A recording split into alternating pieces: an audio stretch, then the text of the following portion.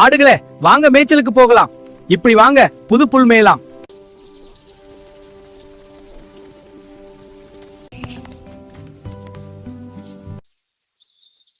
இவன் பார்க்க ரொம்ப அழகா இருக்கிறான். இவனை இன்றைக்கு நான் ருசி பார்க்க வேண்டியதுதான்.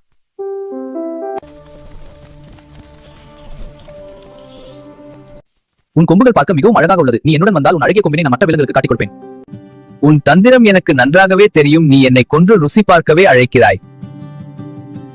இருந்தாலும் நான் உன்னுடன் நிச்சயம் வருகிறேன். ஆனால் அதற்கு முன்பு நீ எனக்கு ஒரு புல்லாங்குழல் இசை வாசிக்க வேண்டும்.